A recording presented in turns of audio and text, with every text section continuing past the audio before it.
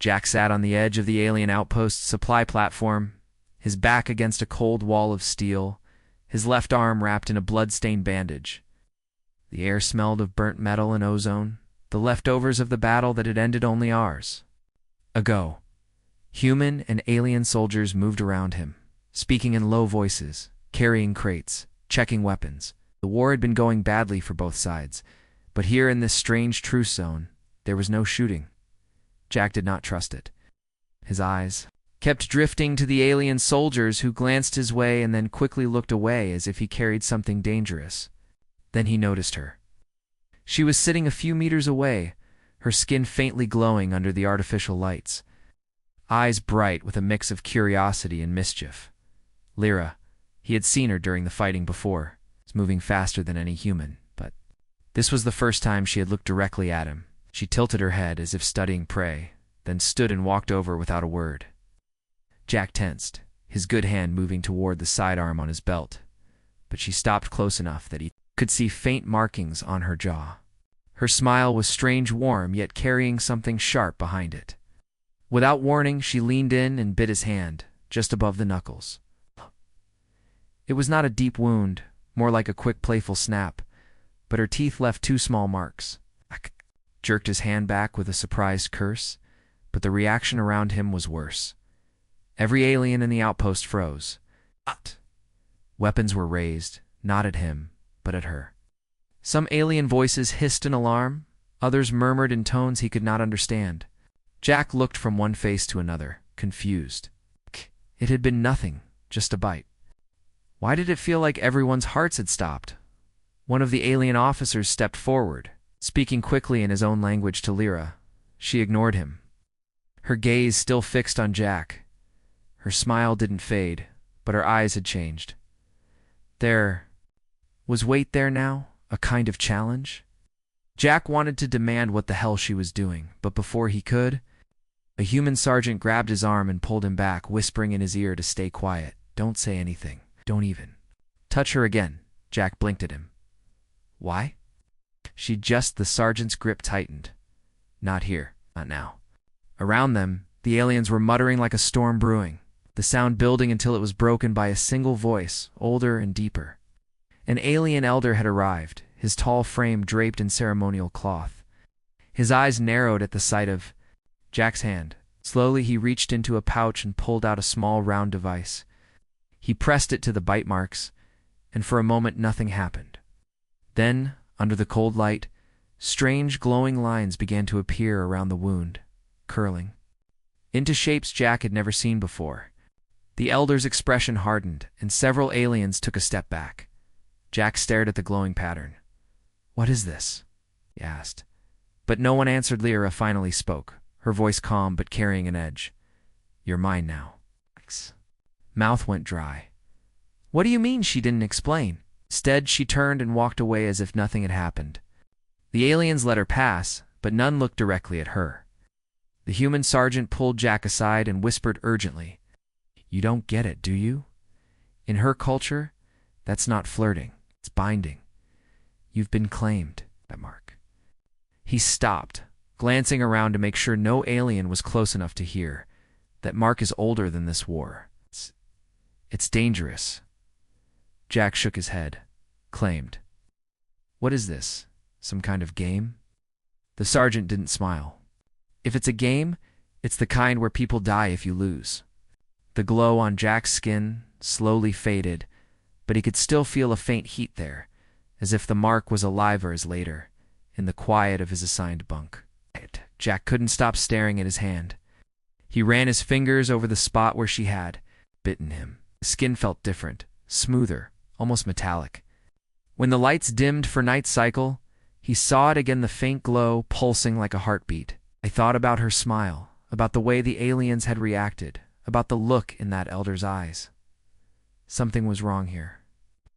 This wasn't just a strange alien ritual. This was something else, something that scared even the ones who had been fighting humans for years. Jack tried to sleep, but just as he was about to drift off, a strange sound filled the air, not in the room, but inside his head. It was a voice, soft and clear, her voice. Do not run. it whispered. "They will come for you soon." Jack woke with a start, his hand throbbing as if someone had gripped it in the middle of the night. For a moment he thought he had dreamed the voice, but then he saw it again under the faint light of the room. The bite mark was glowing like a slow ember. The air in the outpost felt heavier than before. When he stepped outside his quarters, he noticed the guards were different.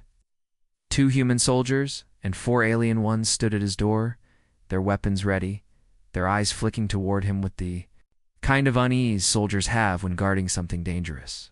No one spoke to him. No one told him where they were taking him when they motioned for him to follow.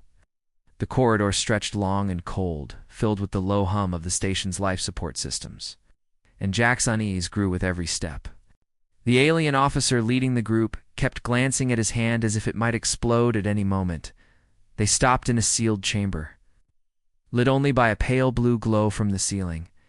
Inside, several alien elders stood in a half circle, their robes dragging against the floor. The oldest among them stepped forward, his eyes fixed on the bite mark. "Human," he said, in broken English. "Do you understand what has been done to you?" Jack folded his arms. "Not really. And nobody here seems willing to explain it." The elder's voice deepened, his words carrying weight. "The bond mark is not a game. It is a signal to those older than our wars, older than our worlds. You have been chosen, and the choice cannot be undone." Jack frowned. Chosen for what? The elder ignored the question. Another alien, younger and with sharper features, stepped forward. "If you value your life, you will let us seal it before the call is answered." Jack glanced down at his hand. "Seal it." "Right. You mean remove it?" A ripple of discomfort passed through the elders. The old one shook his head slowly. "If we try to remove it, you will die instantly. Your blood has already changed. It no longer belongs to you alone." The words sank into Jack's mind like cold steel. He wanted to argue, to demand answers, but his gut told him they were not lying. The mark burned faintly now, not in pain, but in a steady rhythm like a second heartbeat. The younger alien spoke again. "She has marked you as hers, but that is not why the others will come. The bite is a beacon. It calls the hunters." Jack's pulse quickened. Hunters? Who are they? The elder met his gaze. "Those who do not forgive the protectors. Those who kill every marked one they find." Jack was about to speak when the room's door slammed open. 2 alien guards stumbled in, their armor scorched, their breathing ragged. "They are here," one gasped. "Too soon. The beacon is already answered." The elders exchanged a look Jack could not read, but he knew fear when he saw it. The old one turned to the guards at Jack's side. "Get him to the secure wing." Now, they pulled him out of the chamber and into a narrow hallway, the pace quickening. Jack could hear distant alarms now, deep chimes that vibrated through the floor. The human sergeant from before appeared at the far end of the corridor, his face grim. "We've got incoming. Not our ships. Not theirs either. Something else." Jack tried to keep up, his thoughts racing. "What do they want with me?" The sergeant didn't look back. "From what I've heard, you're carrying something they've been hunting for a long time." Jack's skin crawled at the words. The glow from the mark began to brighten, visible even in the harsh corridor lights. The sergeant saw it and swore under his breath. "We need to move faster." They reached a blast door, but before it could open, the station's power flickered. The lights dimmed, and for a heartbeat the corridor was plunged into darkness. When the power returned, the guards were tense, weapons aimed down the hall they had just come from. The sound of metal tearing echoed faintly through the air. "Jax." Mark burned hot, and before he could say anything, the voice came again, clear in his head. "They are here. Do not resist." He froze. It was Lyra's voice, the same calm tone from before, but there was something urgent in it now. The blast door finally opened, and they pushed him inside. Ow. The room was lined with reinforced walls. But the moment he stepped in, the lights above flickered again.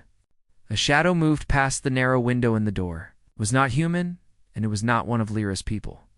Something about its shape made his blood run cold. The sergeant moved to the controls, sealing the door, but Jack couldn't stop staring at his glowing hand. The light was steady now, bright and alive, as if whatever was out there could see it even through the walls. The reinforced room shook, as if something massive had slammed into the wall. Dust drifted down from the ceiling, and the guards snapped their weapons up, aiming at the door. Jack's pulse hammered in his ears, the glow from his hands so bright. Now it was casting shadows on the walls. The human sergeant glanced at it, his jaw tight. "You're a damn beacon," he muttered. "They're not just here for the station, they're here for you." Act. Before Jack could ask what he meant, the lights went out completely. In the pitch black, there was no sound but the steady hum of life support systems, and then the screech of tearing metal. The door didn't just open, it was ripped from its frame and thrown aside like paper. A shape filled the doorway, tall and insect-like, its many black eyes reflecting the faint light from Jack's glowing mark. The soldiers opened fire, bright flashes lighting the room in bursts. The creature didn't flinch. It moved in a blur, knocking weapons away and sending soldiers crashing into the walls. Jack backed up until his shoulders hit cold steel, his eyes locked on the thing as it stepped closer. It ignored the others completely, its gaze fixed on him. In his head, Lyra's voice came again, sharper this time. "Move now." The words pulled him out of his frozen state just as the creature lunged. Something tackled him sideways, and he hit the floor hard. When he looked up, Lyra was there, her blade buried deep in the creature's side. Its body convulsed with a strange clicking sound before it tore itself free and vanished into the darkness outside the door. "On your feet," she ordered, pulling him up with surprising strength. "We can't stay here." Jack's mind spun as she dragged him through the now empty corridor. What the hell was that thing? She didn't slow down, Hunter. He stumbled to keep up. "The elders told me about them." She cut him off. "They didn't tell you enough. That was a scout. The rest will follow." Oh me. Twisted, and Jack caught glimpses of Chaos Alien soldiers fighting shadowy forms. Sparks flying from damaged panels, alarms wailing in the distance. Every step they took, his hand burned hotter, the light pulsing faster. As if answering some silent call, they reached a side chamber where the walls were covered in shimmering metal patterns. And Lyra stopped to press her palm against a symbol. The wall split open, revealing a narrow passage lit by dim golden light. "Inside," she said. Jack hesitated. Where are we going? Her eyes locked on his, and for the first time, she looked serious, almost worried. To somewhere they can't follow, yet. She pushed him inside, and the wall closed behind them, sealing out the sound of the battle. The passage sloped downward, the air growing warmer with each step. Jack's head was full of questions, but one finally slipped out. "Why me? Why the bite?" She glanced back. "Because only your kind can finish what mine began. Because they'll kill you before you learn why, unless I keep you alive." The tunnel opened into a vast underground chamber, glowing with streams of blue light running through the walls like rivers. In the center stood a strange stone table, covered in alien symbols.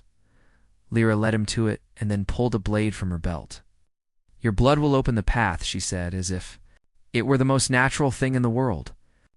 Jack stepped back. "No. No way. You tell me what's going on first." Her expression didn't change. "You've already been changed. Human. That bite was the key. Now the lock is waiting." She took his wrist before he could pull away, sliced a shallow cut across his palm, and pressed it to the cold stone. The moment his blood touched the surface, the entire chamber shuddered. Symbols lit up all around them, bright enough to sting his eyes. Somewhere deep in the rock, machinery roared to life. Jack's cut burned as if liquid fire ran through it, and he pulled his hand back, but the damage was done. Lyra looked at the glowing patterns spreading outward and whispered something in her own language. Jack stepped back. "What did I just do?" She looked at him, her expression unreadable. He woke something that hasn't moved in 1,000 years. Far. Above them, the sound of battle grew louder and closer. The glow from the stone table spread across the floor in streams of light, racing up the walls until the entire chamber pulsed like the inside of some giant living heart. The heat in the air rose, and the low rumble beneath their feet deepened into a steady, powerful thrum. Jack stumbled back, his breathing quickening, the mark on his hand now burning hotter than ever. "Lyra," he said, his voice shaking, "what is this place?" She didn't look at him. Her eyes fixed on the far side of the chamber where the wall itself was beginning to split apart, the seams glowing with the same light as his hand. "This," she said quietly, "is the cradle of the Protectors. You just woke one." The crack widened, revealing something massive behind it, metal, but not like any machine Jack had ever seen. It moved slow and deliberate, as if it had been asleep for centuries. Lyra stepped forward without fear, while Jack stayed frozen, watching as an enormous arm, plated in smooth silver, emerged from the wall. The rest of the figure followed a towering alien construct, its head crowned with curved spines, its eyes two burning orbs that locked instantly on Jack. He felt the connection before it took a step, something deep in his chest pulling toward. It like gravity. He wanted to speak, but his tongue felt heavy. The machine lowered to one knee before him. The chamber trembled under its weight. Then, in a voice like grinding stone, it spoke. "Protector awakened, awaiting orders." Jack's heart pounded. "Protector. I'm not." His words caught as a wave of dizziness hit him, and for a moment he wasn't standing in the chamber at all. He saw flashes alien battles, cities made of crystal, fleets of ships burning in the void, and through it all, a figure like the one before him standing at the front. Then he saw himself in its place, holding a blade that glowed like a star. He staggered back into the present, gripping the edge of the table for balance. "What did you do to me?" he demanded, his voice harsher than he intended. Lyra finally turned to face him. The bite began to change. This finished it. "Your blood is the key, and the key has been turned." She stepped closer, her tone lower now. "You are no longer entirely human, Jack. The Protectors will obey you as they once obeyed my ancestors." He shook his head. "No, I didn't ask. For this, she didn't blink. The Hunters don't care. It will kill you to stop the awakening. You can either run until they catch you, or you can fight them here." Before he could answer, a deep rumble echoed from a bow explosion, shaking the chamber. Dust rained down from the ceiling. Lyra glanced toward the entrance tunnel. "They've breached the outer defenses. They'll be here in minutes." The giant machine's head tilted, its eyes flaring brighter. "Command," it said again, its voice like a drumbeat in Jack's skull. Jack's instincts screamed at him to tell it to protect them, but something inside him hesitated. He didn't know the limits of this thing's power. He didn't know if giving it an order meant unleashing something he couldn't stop. Another tremor rolled through the chamber, and now Jack could hear the distant, distorted screeches of the Hunters. His blood felt like it was boiling, and his vision sharpened unnaturally. Every sound, every vibration in the air felt clear, as if his body was adapting to something it wasn't built for. Lyra's gaze narrowed. "You feel it now, don't you? The change? Soon, you'll hear their thoughts before they strike. Soon, you'll be faster, stronger, more dangerous than you've ever been." Jack didn't answer. He was staring at his glowing hand, wondering if the person he had been yesterday was already gone. A shadow appeared in the tunnel entrance. The first hunter stepped into the light, its many black eyes scanning the chamber. Two more followed. Their movements were slow, careful, as if they understood exactly what had been awakened. Jack's grip on the table tightened. The machine waited, perfectly still, its massive frame coiled with potential energy. Lyra looked at him, her voice low but urgent. "This is your choice. You give the order, or we both die here." The Protector's glowing eyes focused entirely on Jack. The hunters began to advance. And for the first time, Jack felt something strange rising in his chest, not fear, but the pull of command, like his voice alone could shape what happened next. The chamber seemed to hold its breath.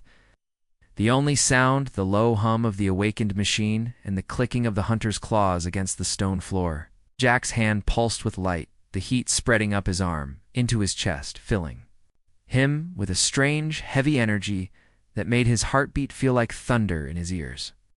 The machine knelt before him, its glowing eyes unblinking. waiting for the command. Lyra stood at his side, her blade drawn, her eyes fixed on the advancing hunters. "Now, Jack," she said quietly, "they won't wait, and neither should." "You," the first hunter hissed, its jagged mouth opening wider than seemed possible. It was close now to close in. Jack could see the faint shimmer of some kind of armor under its dark, insect-like skin. The Protector's voice rumbled through the chamber again. "Command." The word was not just sounded, it was inside his head, pushing against his thoughts, urging him to act. Jack's jaw clenched. Every instinct screamed to unleash the thing, to let it tear the hunters apart. But in the corner of his mind, he remembered the flashes he'd seen earlier, entire cities burning under the Protector's might. What if one order given in panic destroyed everything around them? The second hunter darted forward, moving with a speed that blurred its outline. Lyra leaped in its path, her blade slicing through its armor. But it didn't slow. It struck her hard enough to throw her against the stone table. Jack took a step toward her, but the first hunter lunged for him at the same time. Without thinking, Jack raised his marked hand, and the Protector moved. It didn't simply attack, blurred across the chamber like lightning, its massive hand, smashing into the hunter midlip, sending it crashing into the wall with enough force to crack the stone. Dust rained down from above as the creature slid to the ground, unmoving. The third hunter tried to flank them, but Jack's voice came out before he could think. "Stop it," Protector obeyed instantly, catching the hunter in one hand. Lifting it off the ground as if it weighed nothing, Alien Machine's grip tightened until the creature's body snapped like brittle wood. Then it tossed the remains aside. The second hunter, wounded but alive, hissed and backed away toward the tunnel. Jack's eyes locked on it, the pull of the mark stronger now. He could chase it, order the Protector to finish the job, but instead he said, "Let it go." Machine paused, then released its coiled stance. Standing still once more, Lyra pushed herself to her feet, wincing but alive. She studied Jack for a moment, her expression unreadable. "You spared it," she said, her tone neither approval nor criticism. Jack nodded. "Killing everything that comes at me isn't the same as winning." She stepped closer, lowering her voice. "They'll see that as weakness." Jack met her gaze. "Then let them. I'm not turning into some weapon that kills because it can." Her eyes flicked to his glowing hand. "You might not have that choice for long." Above them, the explosions were louder now, and the air trembled with the sound of ships moving into position overhead. Lyra glanced toward the far wall of the chamber. "Can't stay here. The hunters are only one threat. Your awakening has already been felt beyond this system." Jack frowned. "Felt by who?" She didn't answer. Instead, she moved to a panel on the wall and pressed her palm against it. A section of stone slid aside, revealing a narrow shaft that seemed to lead even deeper underground. As Jack stepped toward it, the Protector spoke again, its voice lower now, almost solemn. "First Protector stirs. Soon all will awaken." The words made the air feel colder, despite the heat radiating from the chamber. Jack turned to Lyra. "First Protector." She met his eyes. "The one even my people feared. If it wakes, the war changes forever." Jack felt the weight of the moment settle on him. He had power now, power he didn't ask for, and barely understood, but something far older and stronger was moving out there. If the hunters feared it, maybe everyone else should too. The Protector remained still, like a silent sentinel, its gaze following Jack as he stepped into the shaft. Lyra went ahead, the passage swallowing them in shadow. Far above, the last of the chamber's light flickered as the sound of war grew closer. The narrow shaft twisted deep into the ground, the walls glowing faintly with thin streams of light that pulsed in time with Jack's heartbeat. The deeper they went, the heavier the air felt, carrying a low vibration that seemed to hum in his bones. Lyra moved ahead without speaking, her steps sure, as if she had walked this path 100 times. Jack followed, his mind crowded with questions, but one kept rising above the rest. What did the bite really mean, Lyra? She slowed, but didn't look back. You still don't understand. That bite wasn't just to mark you, it was to claim you as heir. They emerged into a cavern so vast Jack couldn't see the far walls. In the center stood a colossal figure, kneeling as if in prayer, its body a fusion of living metal and ancient stone. It was far larger than the protector he had awakened. This one's head nearly brushed the cavern's ceiling. Its eyes were closed, its surface covered in thick lines of dust and centuries-old markings. Even dormant, it radiated a presence so heavy Jack felt small standing before it. "That," Lyra said quietly, "is the first protector." Jack stepped closer, drawn by a pull he couldn't explain. The mark on his hand flared, brighter than it had ever been, sending a rush of heat through his veins. The giant's head tilted slightly, and its eyes opened, flooding the cavern with blinding golden light. A voice like an ocean's roar filled the space not in his ears, but in his mind. "Son of my bond, you have come."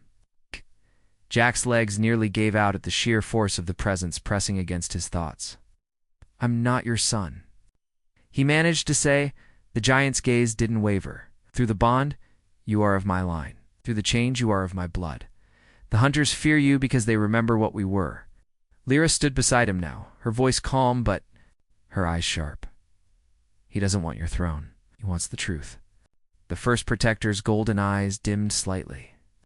"The truth is this. Your kind was made for this role. Once, long ago, a human bore the bond and led us to victory across the stars. But the cost was too great. The galaxy swore to destroy.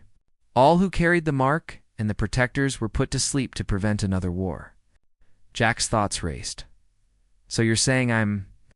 what? Some kind of chosen leader?" The giant's voice rumbled. "You are more than that. You are the bridge between what was and what must be." Before Jack could respond, a deep rumble shook the cavern. The ground trembled, and the distant sound of engines roared above them. Lyra's head snapped upward. "They've found us." The first protector slowly rose to its full height, the movement sending shockwaves through the ground. "If they wish to test you, they will learn why the galaxy feared us." Jack looked at Lyra. "I didn't come here to start a war." She gave him a small, almost sad smile. "Then you'd better hope you can end one."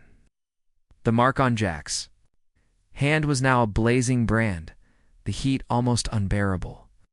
The first protector stepped forward, lowering its head so its gaze met Jack's directly. "Give the word, and we rise. Deny it, and you will be hunted until the stars forget your name." Jack hesitated, the weight of the decision pressing down on him. Above, the rumble of ships grew louder. Then a cold, distant voicelian, sharp code through the cavern from unseen speakers. "Human, surrender, and we will grant you a quick death. Resist, and we will burn this world." Jack looked at the first protector, then at Lyra. In that moment, he realized what the bite had truly meant. Not just a bond, not just a claim, but the start of something that could change the fate of every world in the galaxy. He took a deep breath, feeling the strange power thrumming through him, and said only one word: "Stand." The first protector's eyes flared like twin suns. The cavern shook as other shadows began to move, more giants, awakening one by one. Lyra's voice was almost a whisper. "You just told the galaxy it has a new protector?" Far above, the enemy fleet descended, unaware that the ground itself was about to rise against them.